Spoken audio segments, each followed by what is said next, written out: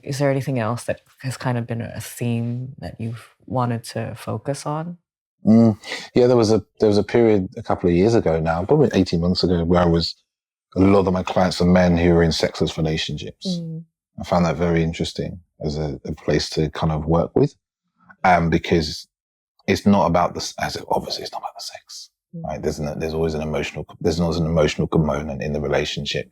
There's a communication component. And I found that really interesting dynamic to work with men, and only working with the men, not working with the women, and seeing what was there. Because sometimes there was a fear for the men around sex, or the fear of their partners, for instance, if that fear is about rejection from their partners, or for some of men, and I think this is something that's come up more and more over the years, is, how do I say it?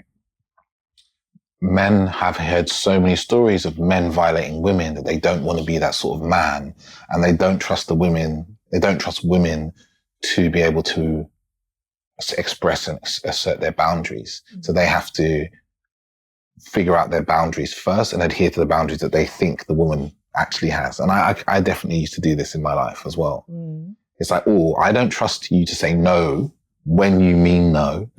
Which means I need to be so emotionally attuned and so attuned to your body that any sign of a no, a freeze, a back off, I need to translate that and like act accordingly.